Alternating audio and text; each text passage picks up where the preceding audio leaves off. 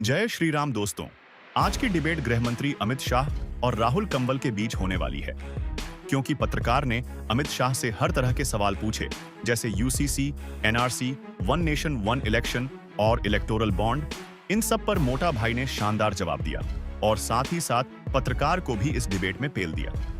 और पत्रकार कुछ ज्यादा ही स्मार्ट बन रहा था राहुल गांधी को लेकर कि वो भारत के भविष्य के प्रधानमंत्री हैं। इस बात पर मोटा भाई ने खूब मजे लिए कि आप ये सपना देखना बंद कर दीजिएगा, राहुल बाबा ने तो पहले ही कर दिया है। चलिए देखते हैं डिबेट में आगे क्या होता है, और साथ में अच्छी लगे तो लाइक और कमेंट जरूर करना। चैनल पर पहली बार आए हैं तो सब्सक्राइब करना ना भूलें। धन्यवाद।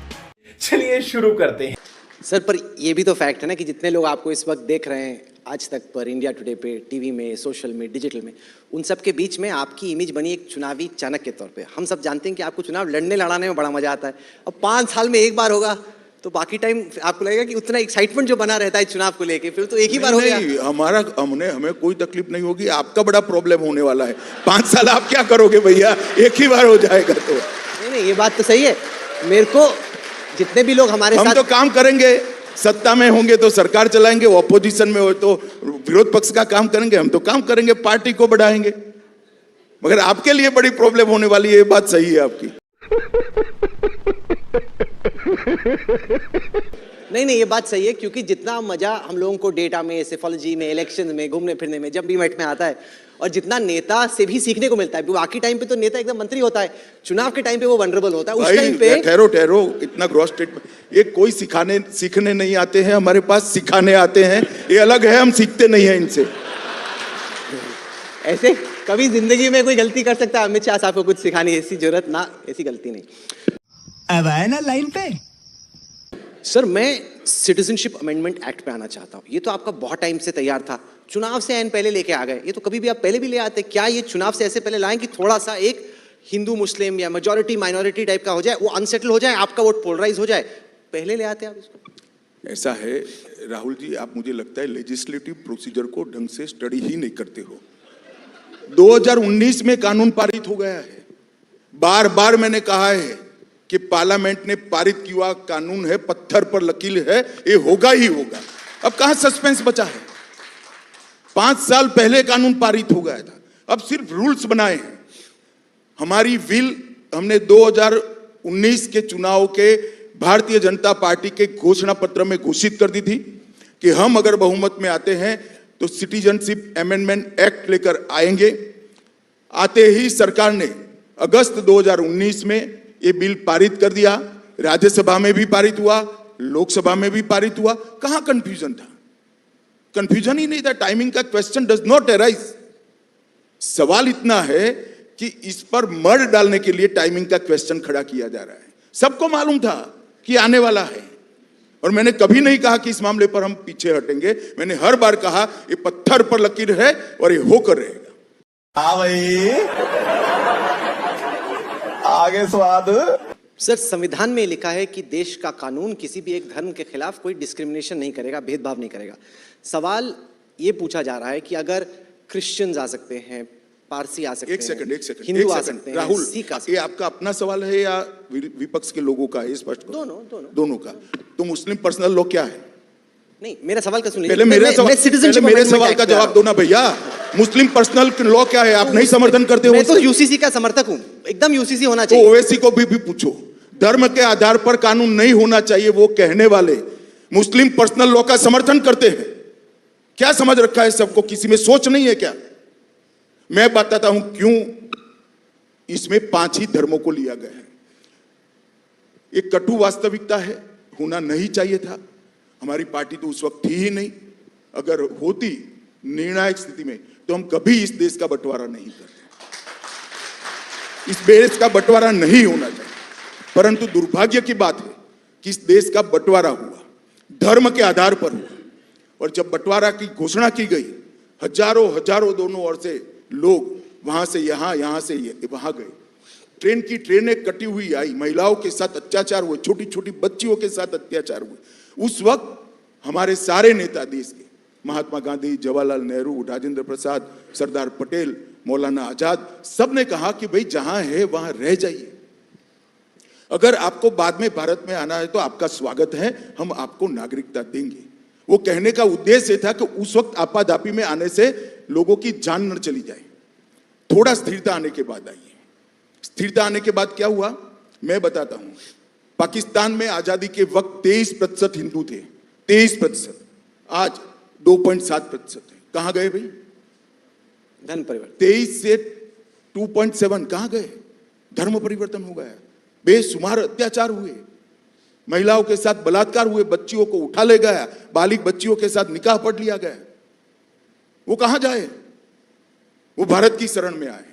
बांग्लादेश में लगभग 23% हिंदू थे, आज 10% से कम बचे। कहां गए? या तो भारत की शरण में आए या तो उनका धर्म परिवर्तन हो गया, अपना सम्मान अपनी मान्यता खोकर आज जी रहे हैं। और 2 लाख से ज्यादा 1990 में सिख और हिंदू अफगानिस्तान में थे, आज 378 है। कहां गए? और वो लोग अपना धर्म, अपना सम्मान, अपने परिवार की महिलाओं की इज्जत बचाने के लिए भारत की शरण में आए हैं और ये कहते हैं हम इनको नागरिकता न दे। क्यों न दे? इनका अधिकार है, उनका अधिकार जितना मेरा और आपका है उतना ही अधिकार इस शरणार्थियों का है और वो देना चाहिए। ये बड़ी अच्छी बात कही आप। सर, जब पिछली बार आपका इंटरव्यू हुआ था एजेंडा आज तक और कॉन्क्लेव के मंच पे, आपने कहा था कि जो हिंदू हैं, जो पीड़ित हैं, बांग्लादेश में हो या पाकिस्तान में, कहाँ जाएं, यही देश है, यहीं पे आएंगे। लेकिन क्रिश्चियंस के भी तो अपने देश हैं, थियोक्रेटिक देश हैं, वो तो वहां भी जा सकते। उनको तो हमने नहीं रोका है, वहां चले जाए। भौगोलिक सीमा हमारे साथ सटी है, इसलिए हम यहां बुला रहे हैं। एक और आप कहते हो एक धर्म क्यों छूट गया, अब पूछते हो कि एक धर्म क्यों जोड़ा। आपको छूटने से तकलीफ है या जोड़ने से तकलीफ है? मेरे को प्रिंसिपल का सवाल है। आपसे समझदार ना पागल होते हैं। कि सेम प्रिंसिपल का सवाल नहीं है। ये तीनों राष्ट्र जहां से शरणार्थियों को हमने स्वागत किया है, ये तीनों राष्ट्र घोषित इस्लामिक स्टेट है। इनके कॉन्स्टिट्यूशन में लिखा है कि we are Islamic state. Islamic state में मुस्लिम पर धार्मिक प्रताड़ना हो सकती है क्या? पर सेक्टेरियन तो हो सकता है। क्या सेक्टेरियन? जैसे अहमदी, शिया, सुन्नी, उस वो तरह भी का। मुस्लिम है वहां की व्याख्या में। नहीं, पर जैसे पाकिस्तान, ये तो होने को तो हर जगह भूख है दुनिया में, सबको नहीं ला सकते, परंतु ये तीनों देश घोषित इस्लामिक स्टेट है। वहां इस्लाम के अनुयायियों पर प्रताड़ना नहीं हो सकती, धर्म परिवर्तन हो ही नहीं सकता, क्योंकि वो तो इस्लामिक ही है। बाकी सारे धर्म जो वहां विद्यमान थे, सारों को शरण देने का हमने फैसला किया है और उसमें कोई अनुचित नहीं है। 1950 से भारत का जो वादा था, वो वादे को कांग्रेस ने नहीं पूरा किया, भारतीय जनता पार्टी ने पूरा किया। ये अपीसमेंट की, वोट बैंक की राजनीति के लिए इसका विरोध कर रहे हैं। नहीं, पर जैसे पाकिस्तान अधिकृत कश्मीर को हम लोग इंडिया मानते, अखंड भारत का हिस्सा मानते, वहां पे अगर किसी का उत्पीड़न हो रहा हो या फिर कोई बलोच हो जो कि वहीं की परिस्थितियों से परेशान है, उसका एक्सप्लॉइटेशन हो रहा भाई है। पाक ऑक्यूपाई कश्मीर भारत का हिस्सा है, इसमें हिंदू मुसलमान का सवाल पैदा ही नहीं होता। वहां जो मुसलमान है वो भी हमारे हैं, वहां जो हिंदू है वो भी हमारे। ये बड़ी बात बोल रहे हैं आप। बड़ी बात क्या है? मैं पार्लियामेंट में बोला हूं। नहीं कि अगर तुम शो को बड़ा मत नहीं, बताओ। मैं फिर से कह देता हूं, पाक ऑक्यूपाई कश्मीर भारत का हिस्सा है, वहां का मुसलमान भी हमारा है, वहां का हिंदू भी हमारा है। लेकिन अगर कोई बलोच हो, बलोच पे या फिर रोहिंग्या, अगर जो फर्ज कीजिए काफी सारा वहां पे लोकल गवर्नमेंट उनके खिलाफ कार्रवाई राहुल करती जी, है। ऐसा है, इतने बड़े ब्रॉड फैसले एक दो को देखकर नहीं लिए जा सकते हैं। पॉलिसी जब बनती है तब मेजर प्रॉब्लम के सॉल्यूशन के लिए बनती है। अगर कोई बलोच होगा, कोई हमें अप्रोच करेगा तो सोचेंगे उस पर। इसके कारण इतने सारे शरणार्थी जो करोड़ों लोग आए, इनकी जिंदगी को काहे को बर्बाद कर रहे हो भाई, बलोच बलोच कर। वो अपना वोट नहीं दे सकते, वो अपना घर नहीं खरीद सकते, उनको नौकरी नहीं मिलती। घर खरीदना है तो बंगाली हिंदू जो बांग्लादेश से आए अपने कोई रिलेटिव के नाम पर खरीदते हैं, वो रिलेटिव मर जाता है, बच्चे क्लेम कर देते हैं, फिर झगड़े होते हैं। इनकी प्रताड़ना कभी देखी है आपने?